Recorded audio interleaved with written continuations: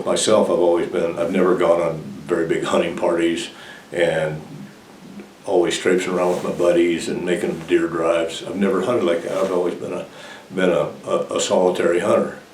And the more I learned about mountain lions, I realized me and this guy's the same guy. We're the same guy. He's a solitary hunter, and he's the best elk hunter in the mountains. And you learn so much. Every time I learned something like, why did that lion jump up on that log and walk it? That log's harder to walk than on the ground. Well, after a while it dawned on you, if he jumps up on 100 logs,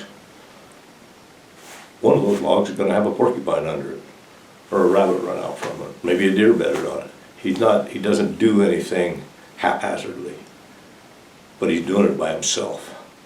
And that absolutely fascinated me, it captured me. I couldn't get away from it, nor did I want to. That lion cleared 15 feet probably with no track, and when it hit that deer, there was no struggle. There was nothing. There was no tracks all around it. There was no thrashing. It just crushed the life out of it without a struggle. And you just see that power.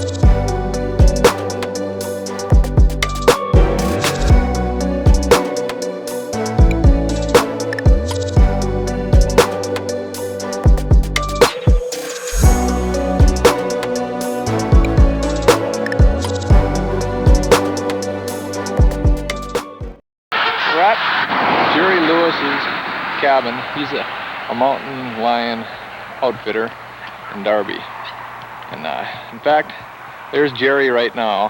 I'll zoom in on him. He's our guide. Silly looking guy. And there's Jim McEnroe from Scobie, Montana. He's going to be the hunter this week. Here's just a few little pictures of his operation. Nice elk racks. There's the Loyal Ford. It's got 150,000 miles on it. Really is quite a log cabin.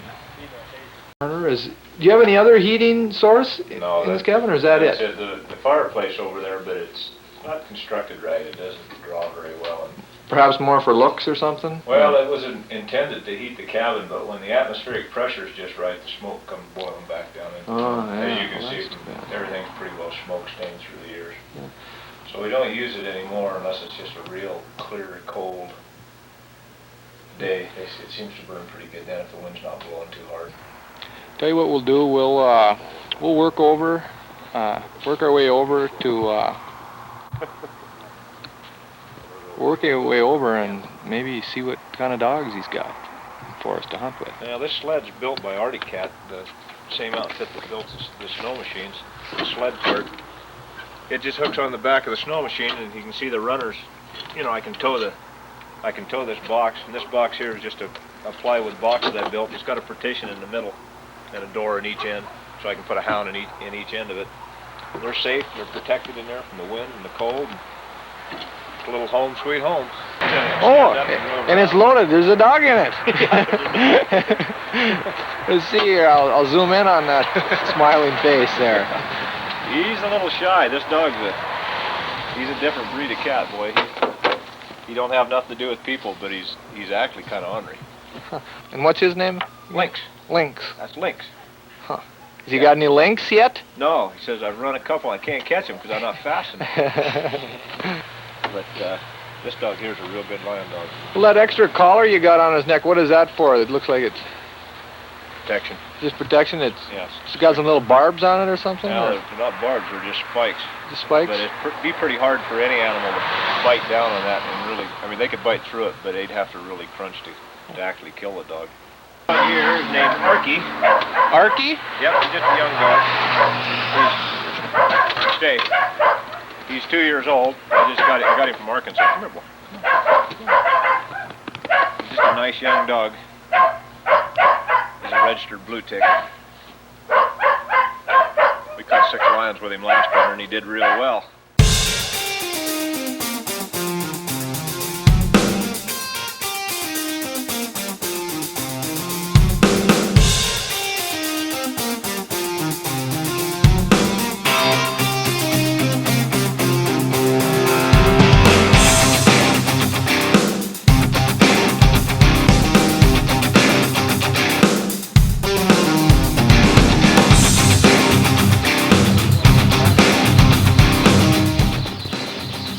By golly, he's going right down the road, isn't he? Yeah, I'll move the pickup up here to that point. There's some dandy prints right there.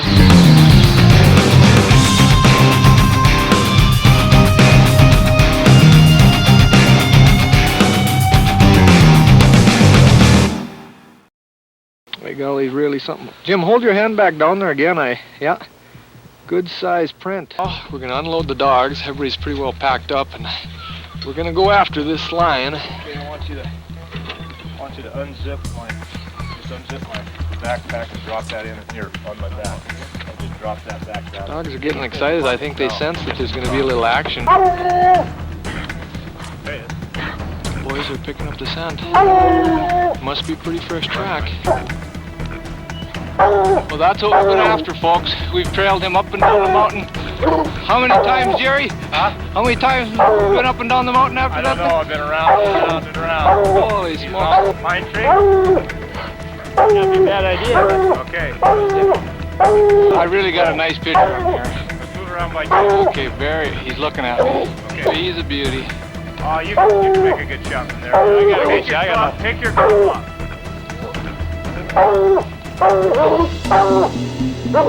He's a beauty. Okay, go ahead. You ready, Tom? Yeah, you just fire anytime you please. Good shot.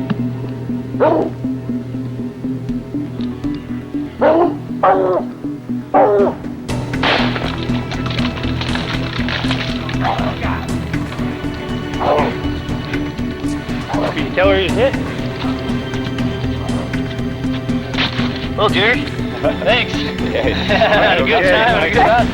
You shake this boy's head. Here, Arky, give me a shake. Good boy. And that one down there. Let's get links in some of these pictures too. Okay, just a second. Owen did the fine job. Sit, links. All right, they're make quite a team there. Yeah. Nice.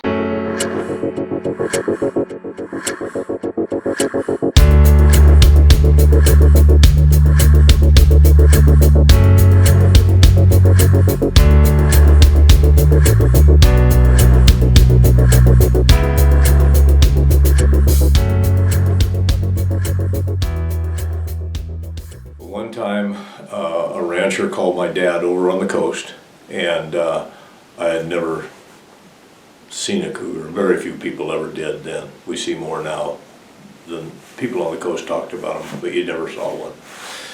And this rancher that we knew, his name was Charlie Huffman, and he had either trapped it or shot it in his barn or something. But he had this mountain lion hanging in his barn a long time before he ever talked to my dad. And I talked to my dad and I said, "What's he gonna do with it, you know?" They're just gonna throw it away. Okay, there was a bounty on it. They were just gonna take the scalp.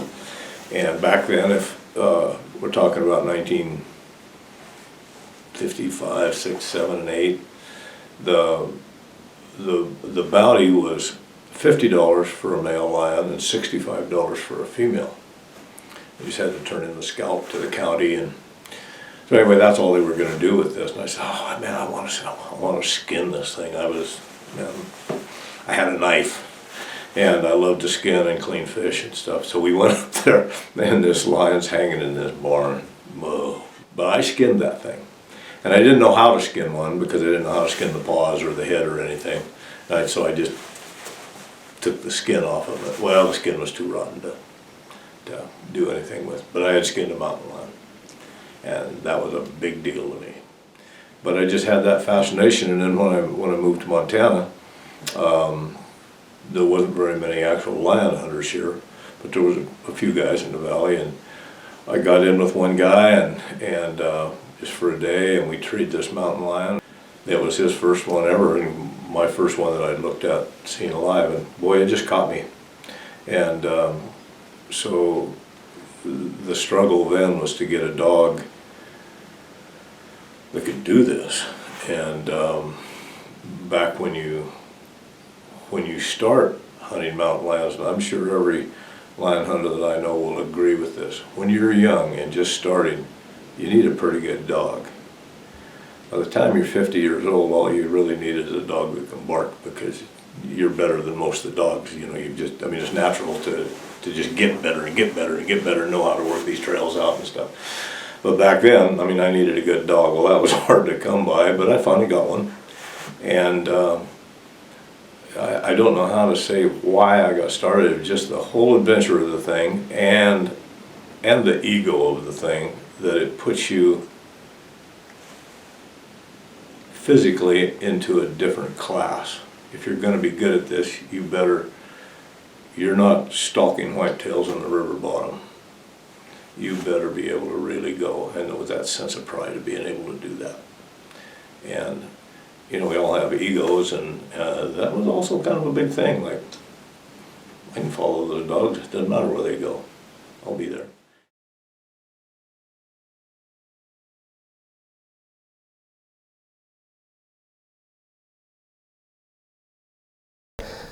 It's so interesting getting to meet Jerry, and it happened to be the book that like lit the fire for me that he had written, The Longwalkers. That was the book that like really sparked that fire in me to be a houndsman, and you know, all the adventure and the passion that leaped off the page. And I just was like, man, I gotta go and experience more of this, you know. And it was my cousin actually from Alberta. He was a houndsman. We kind of both got into it around the same time, and he's the one that turned me on to the book. So both of us were lit on fire by that piece he wrote, and I still have it. Actually got Jerry to sign it, so.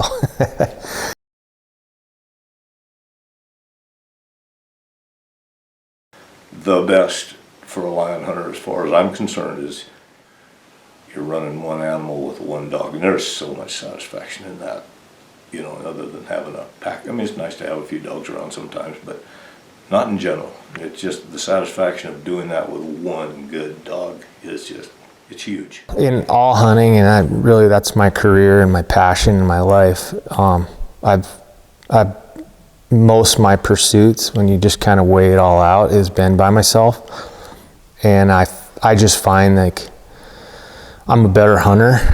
I'm more in tune and kind of gleaning more from the experience. And so, you know, taking that into being a houndsman and running by myself a lot, it just gives me a better finger on the beat, I guess. Like, you know, all it really is you, the dogs, and then whatever, the cat you're chasing, and you just never ever know. And then there's always the unknown is what builds that confidence and awareness. Lion hunting is always an adventure. The snow is like way steep here. And look at this.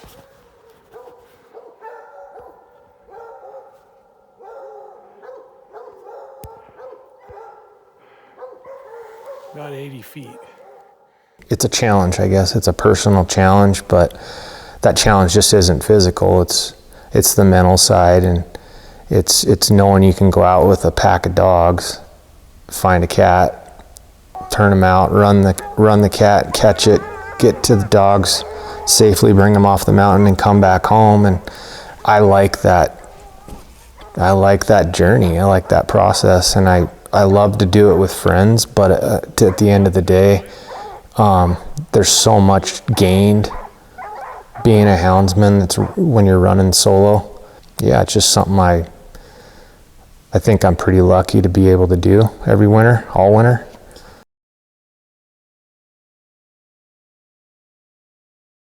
I know this personally from talking to these guys through the years, and I'm not accusing all of them, I'm just saying some of them, the wannabes. There's some real deals out there, real deals. But some of these guys, they'll go up a canyon, they'll run a lion and tree it. Okay, you treat a lion, you went back home. Next day you take your buddy up there, that cat's, maybe he's got a kill, maybe he's around, they run that same lion again, tree it. Maybe maybe they'll do this 2 or 3 days in a row till they wear this thing out. Well, shoot, in 1 week they've treed 5 lions. Well, they treed 1, maybe 2. And I'm not trying to put them down. I'm not saying these guys aren't the real deal, because some of them really are. But there's some guys out there that just like, shoot, got 35 lions this year. Maybe you did,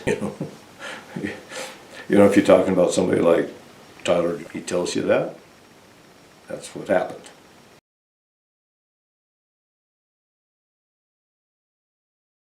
The day ended up being me, the mountain lion, which happened to be a really big one. Might even be the biggest one I've ever shot. I didn't put him on the scales, but I skinned him, but I was clear back in the Selway in a very wild area. I don't even want to do a day like that again in my life, but it was me and the mountain lion, and it ended up out of the pack being 1 dog. I had a partner with me, a fellow that I was camped with over there, and we're coming down the Selway River. Had a little bit of snow that morning, but the snow was fairly deep already. It was winter range, and we're seeing lots of game on the river. And happened to look quite a ways up on the ridge. It's pretty steep country over there, and I see a couple of magpies flitting around this tree, and I see a raven flitting around in the trees too. And I'm thinking, if there's ravens and magpies, there's probably something dead there. Well, the river was running pretty hard. It was iced over, but big open spots in it, and obviously, cold. That tree that had fallen across the bank, and it didn't stretch clear across the river, but it stretched out over to where the ice was on the other side. It was about 1 foot of snow, probably not 1 foot of snow, there was probably 6 inches of snow on that log. The log was only about 1.5 feet. But I had to go check that track. I made it across. And this took most of the morning. I got up there, and there's a really big lion track on this tail. There's a mule deer laying dead up there. So I went back, had to cross back across the river now. And now I've got, the log is icy now, not snowy, because I'm walking on it. But we get the dogs. I think we had 4 dogs. We somehow got them across. Calvin fell off the log over the top of the running river with ice below him, and he just happened to be, well, he was scared obviously, holding on to the log. I could do nothing. I just had to stand there and try to maintain my balance. He's a strong guy. He got back up on that log, and I thought he's gone. Now what are we going to do? Anyway, we finally get across the river. So the day takes off. We just turn the dogs loose because we know they're going to follow us up the hill. Let them run off some of their steam as we go up through that deep snow, and we get up to where this mule deer's laying, because I already know where it is. And the dogs are just circling around, barking and barking and barking. They get it lined out and they're gone. We'd already been at it way before daylight. This was probably getting about noon. This is getting late, and we're tired and already wet. We're about 8 miles probably from camp. And things just went kind of crazy, and dogs barking everywhere, and pretty soon no dogs barking anywhere. We can't find them. So Calvin and I split up, and he thought he could hear the dogs quite a ways above us. This is a pretty big steep country. And there was one dog track that was going side hill along the hillside, and that was from my dog. He was a big dog. He had a big track. I was pretty sure that was his track. And he's one of those dogs that just didn't make very many mistakes. But even if he did, I wanted to save my own dog. So I took that single track, and Calvin went up the hill after the three other dogs. We figured they were all up there. Well, they had been up there, that lion had gone up there, and those 3 dogs were treeing up there. They'd been up there a long time. There was only 3 dogs, but there was no lion in the tree. As it turned out, that lion had jumped out of that tree, and the dogs didn't see him. So I didn't see the tree, but I'm suspecting that there was a lot of low branches where they were up underneath and they couldn't see what happened over top of them. Then we're way above the river now. I'm a half a mile above the river, and I can hear moo, moo, way down below me. And it was my dog. He didn't bark much. He just had one little single bark that he just barked every few seconds. No doubt it was him. Oh man. Well, at least I'm going to go get him and save him, you know. But when I start down there, I see that lion track coming down the hill. There's my dog. Lynx was his name. There's my dog Lynx's track right in that. I thought, yep. It wasn't a brilliant decision because there was no thinking. I got lucky. I made the right decision. Now Calvin and I are completely separated, and the day has just kind of gone to pieces. Except Lynx is on this lion track, and I could tell by the track it was the same one were after, because there isn't 2 of those that live on the mountain. So I get down there and he's got it treed. So what do? I'm getting cold. I'm starting to shake. I'm really shaking. I'm soaking wet. I've got a river between me and a road that has my snowmobile on it somewhere down or upstream. But what do? Do I shoot this mountain lion? I mean, I hunt with a partner. We're putting both our dogs in here. Or do I wait for him, which is the right thing to do in most situations. But it's also getting really dangerous. I'm getting cold. And it's getting late. I left Lynx at the tree. He just stayed there barking at this big lion in the tree. I hollered and listened. And I go back to the tree. I did that twice. I thought, well, it's time we got to do something. So I shot the lion.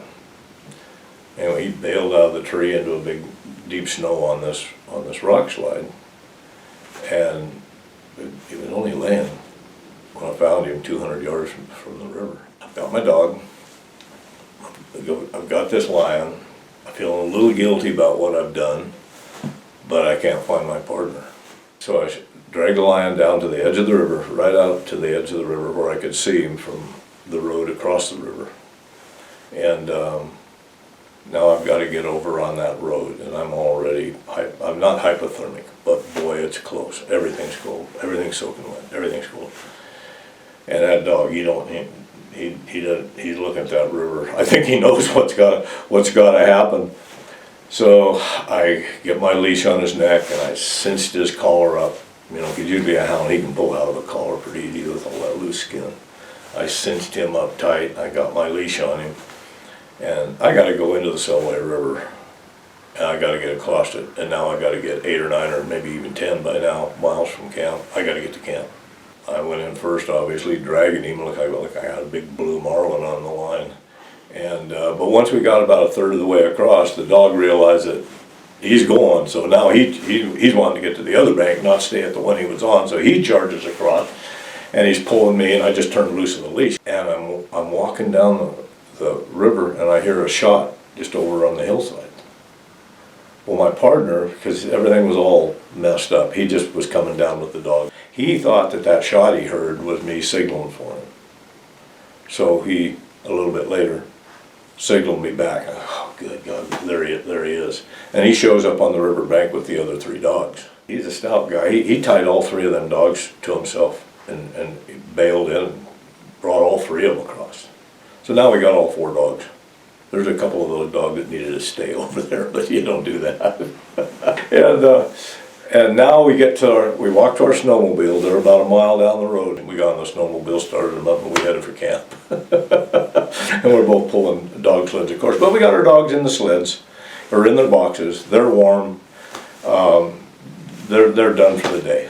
We got to camp, and one of us rushed in. I don't remember who got the chore, but one of us run into the tent. We already had split wood, got the fire going, and the other started getting bowls of dog food, sticking them in the dog boxes, and we were done. But we still got a dead mountain lion laying on the other side of the river. But that was for another day. The next day we just kind of went and quickly repeated what we did, but we didn't hunt or spend time on the mountain. But I had to go in that river twice more.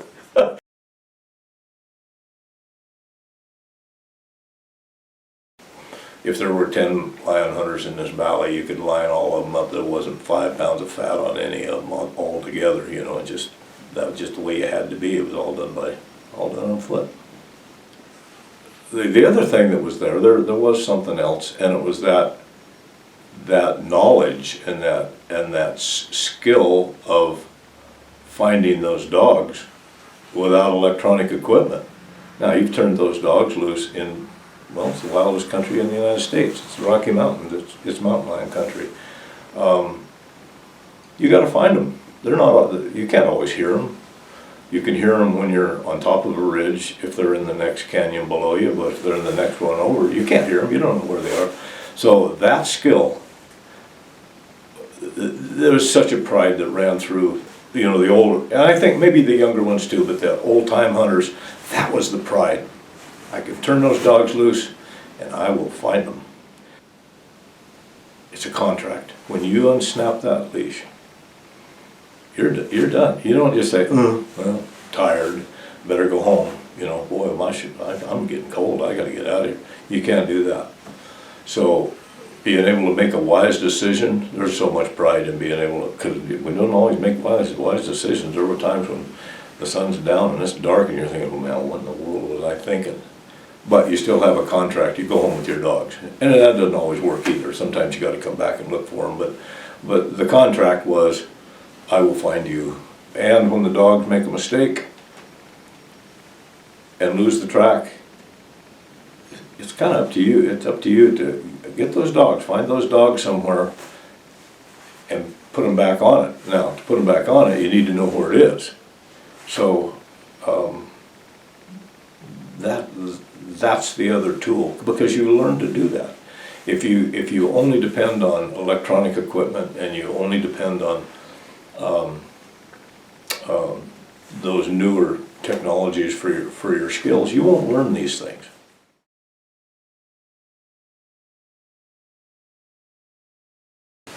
There I was in a bar in Darby, Montana, late at night, and we were blowing sideways, and this just crazy stunning girl walks in the door.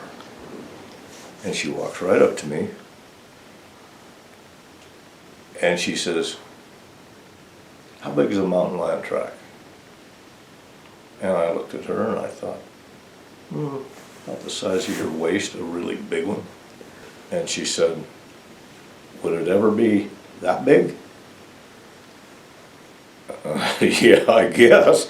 I've never seen one, you know.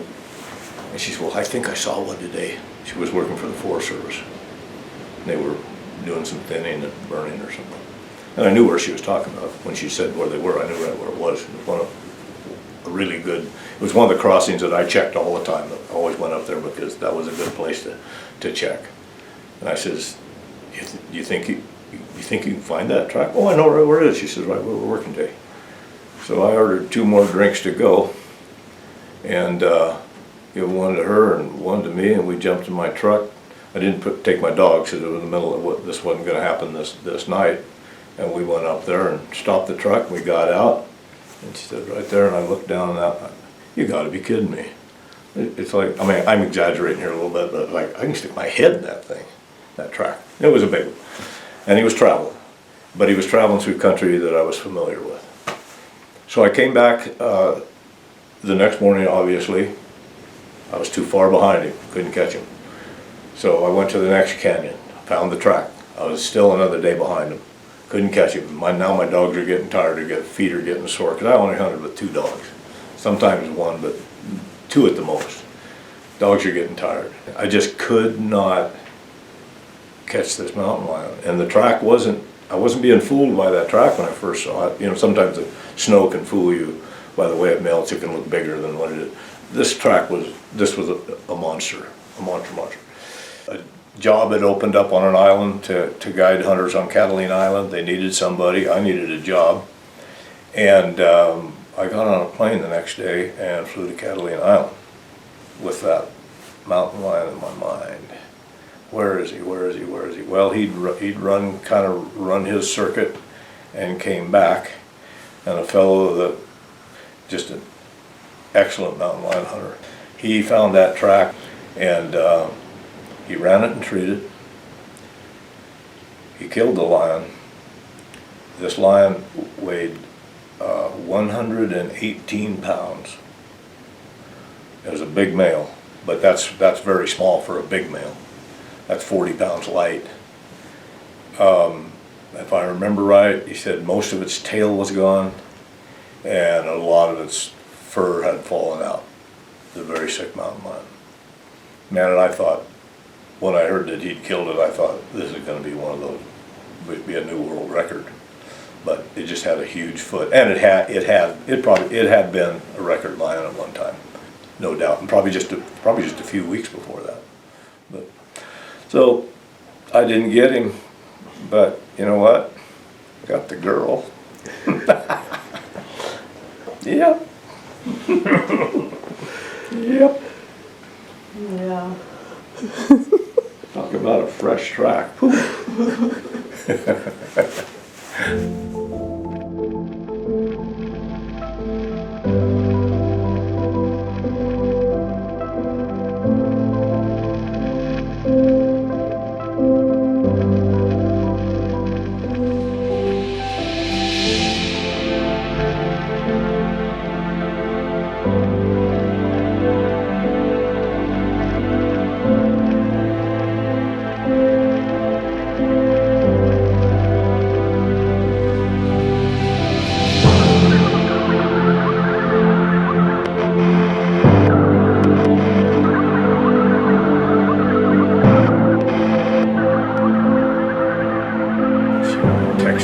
You can see the thing in the background, him standing on the tree there. Now he throws his head back. That was signature for him. He'd throw his head way back and just had the loudest voice. Abe.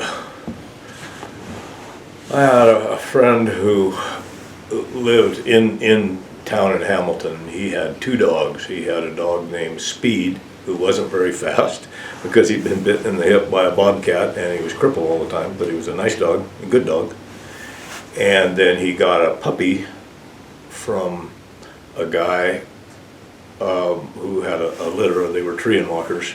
And after he'd sold all his puppies, he was a pretty well-known breeder. He had one he couldn't sell. Nobody wanted him. He was ugly. Let's don't use that name. He was uniquely beautiful. He had real short legs, wasn't very fast, had a tremendous voice, biggest voice I've heard in a dog. But he just didn't have the structure and the looks and everything for a purebred registered dog. Well, he give this dog to, Wayne Rose was the guy's name, he'd give him to him, and he couldn't keep this dog quiet. He lived in town and the cops were over at his house all the time, and he called me and I had hunted with Wayne with this dog, and I liked the dog mainly because I didn't have anything that was any good. I needed a dog, and I liked this dog. And Wayne called me one day and he said, "Jerry, I know you," Abe was the dog's name, he says, "I know you like Abe." He says, "I got to get rid of him." And I says, "Oh man." I said, "What do you got to have for him?" No, he's 8-9 months old now. He's not a little puppy, and we've hunted with him. I've seen him in action. And he says, $100. Oh man, I didn't have $100. So I said, "I'll tell you what I'll do. I'll make you a deal, Wayne. I'll give you $50 because Wayne was in a mess. He had to get rid of this. This dog had to leave town. He was getting run out of town. I'll give you $50, and I'll give you another $50 when Abe catches his first bobcat by himself." Bobcats were worth a lot of money. Okay, that was a deal. So I went down and got Abe. But that's how I got him. Now, Abe was with me quite a few times when we caught bobcats, but there were other dogs involved. He never caught one by himself. He just was not fast enough. But he was such a persistent, tough dog that when I'd put him on a fresh lion track, he just stayed with it and stayed with it and stayed with it. So you either had to go up a tree or be tormented for the rest of your life. And he was a good lion dog, he just wasn't a good bobcat dog. So anyway, I paid $50 for Abe for a good dog, and they were good dogs were going for $300 or $400 then, not 3,000 or 4,000 like they are now, but got a good deal on him, and he became a buddy for quite a few years. You want to hear some more about him? Yeah. Well, when I first met that girl, her name was Sharon Phillips, the one that showed me that big lion track. We started running the country together, and spring came, and I put a camp in over on the Selway River in Idaho. She had Abe with her, and when she came back to camp, I looked like, whose dog is that? I had kind of forgotten that he was white and red. You know, he was so grubby all the time, I thought he was brown. And she had taken him to the foo-foo parlor and had his old toenails, when they were on the floor, they'd go click, click, click, you know. She had them trimmed, and she had him cleaned up, and he didn't smell like rotten coyote carcasses. And hey, that's a pretty nice looking dog you got in the back of that truck. He just had one eye. When he was young, just before I got him, well, I was involved in it, but I didn't own him. McEnroe was the guy I got him from. We had treated a lion up on the edge of Lake Como. And when the lion came out of the tree, there was a big fight going on in it, and this lion took a swipe, and he cut this young dog across the eye with his claw. Well, the eye just became, crippled and died, and so he just had this white glob, and it was bulging, and it wasn't very, very becoming. Well, then once I owned the dog, we got into another situation like that where he really got himself injured, and we got a mountain lion, and it was a big adult female. I did not want to kill the lion, but I ended up having to, because she would just maul on this dog, and he wouldn't leave her, he wouldn't quit. And so, but when I carried him out of there, he was pretty limp, and he was cut up pretty good.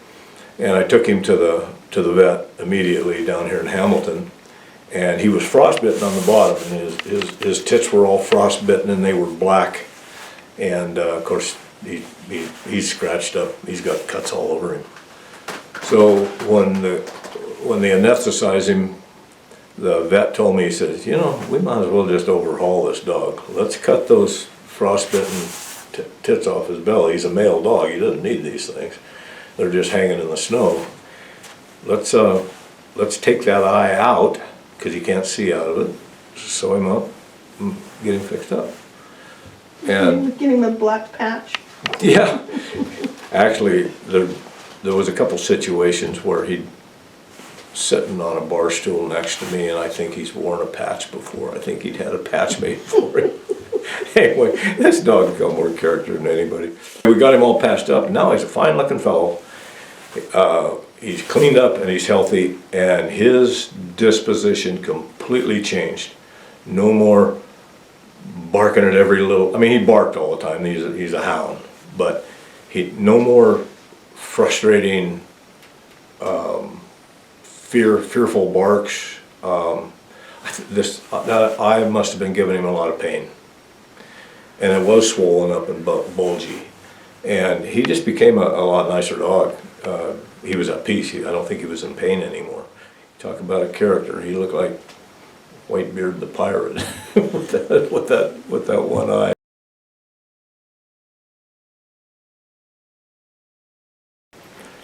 Because I was coming in on the tail end of the bounty time, when any lion ever dared make a track anywhere got killed and sold for the bounty, whatever the bounty would be at the time. Now, female lions, because there's no bounty, and we've all tried to back off shooting these females and kittens and stuff, they have time to set up a territory, raise young. There's just a lot more mountain lions than there used to be. They're really not a rare thing at all. They're very common. They actually do have a lot more mountain lions to to look for than I did. Well, when I first started, I caught 4 in a winter, man. I thought, whew, I'm pretty hot stuff. Now, a good landowner should catch way more than that.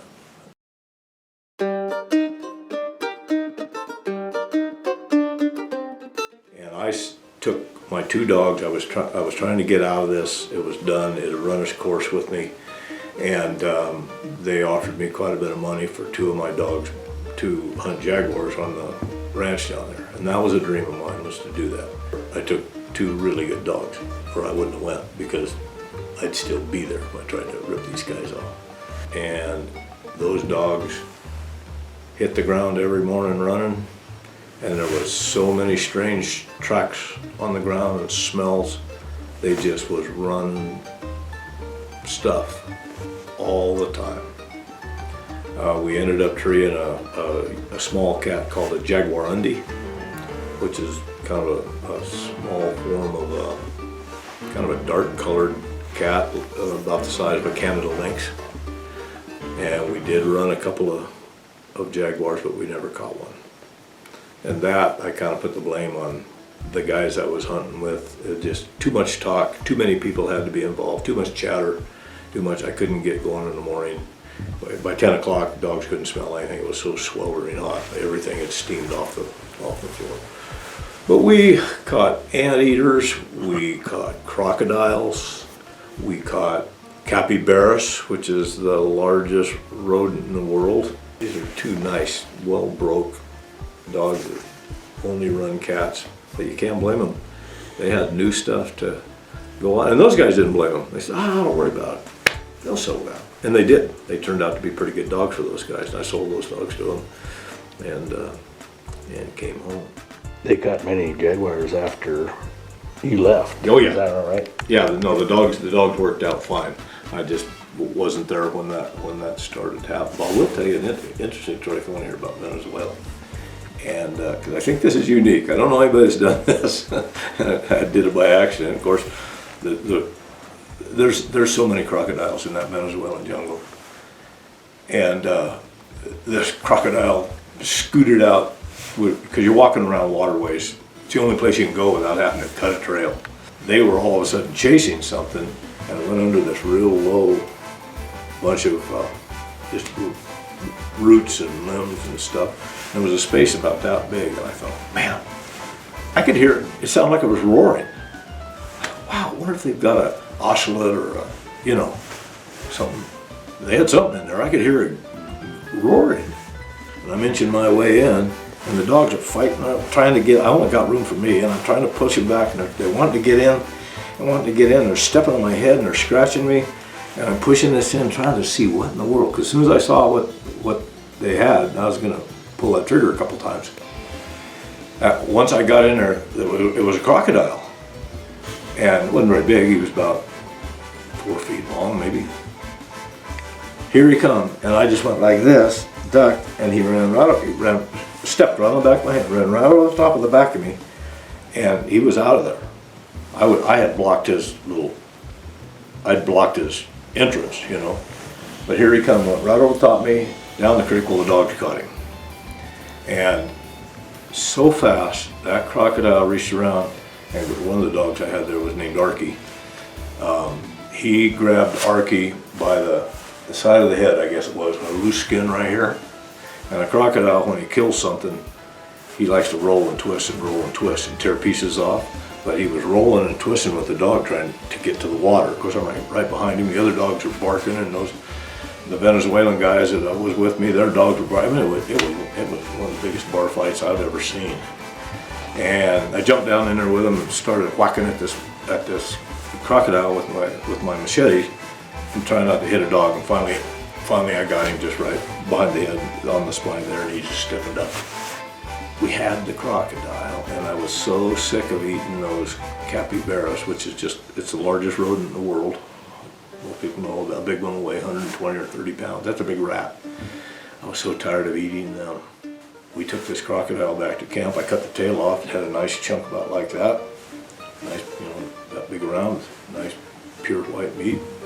And those other boys, they didn't really want much to do with that, but the lady that was our cook in camp cooked that up for me, and I became Comidor de Cocodrillo, the gringo, which means eater of crocodile.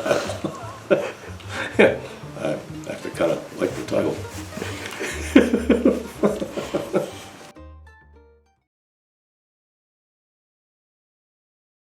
I've written some books, that's in print, that'll last forever.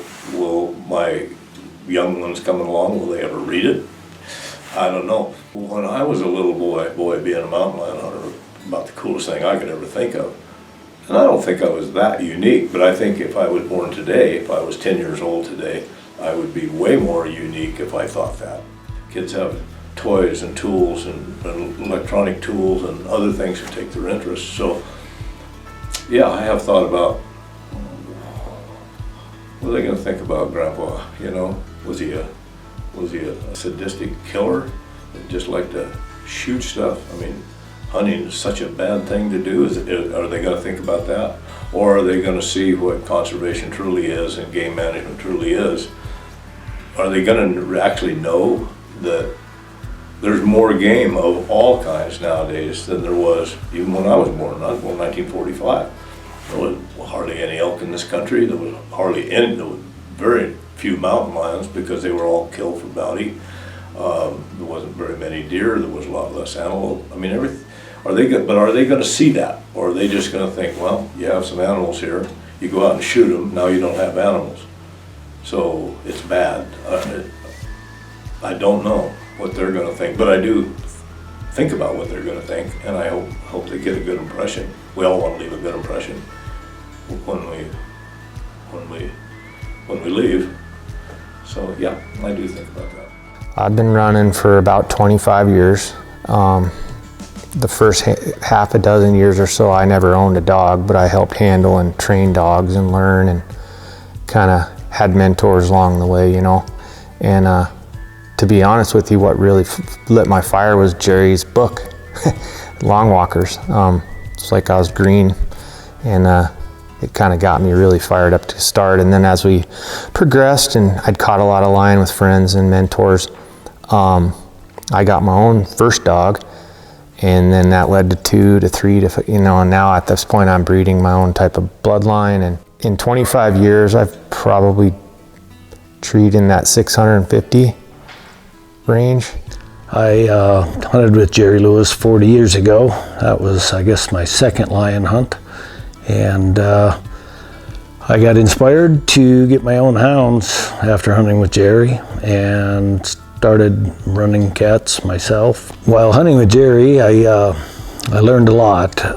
Some of his greatest talents, I guess, as far as he just had a vast amount of knowledge about the mountain lion and his characteristics, from reading tracks and what that lion's behavior is and what he's doing based on his tracks.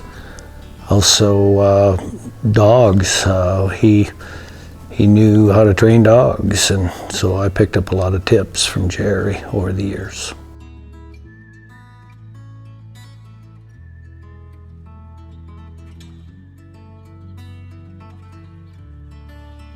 Old lion hunters never die. They just don't come back from the track. Any long walker, whether cat or man, would be perfectly satisfied to leave nothing behind to find of them but a single print in the melting snow on a distant ridge. Their final solo, silent crossing.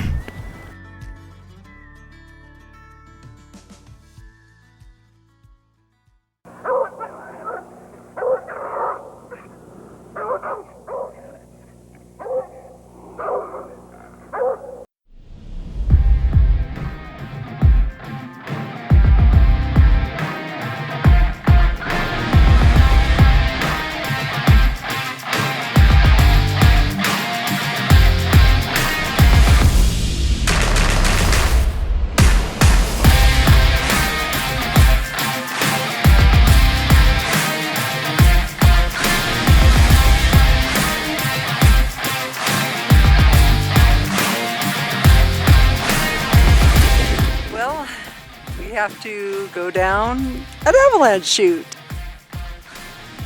It's not really you fall, you die. It's more like you fall, you suck.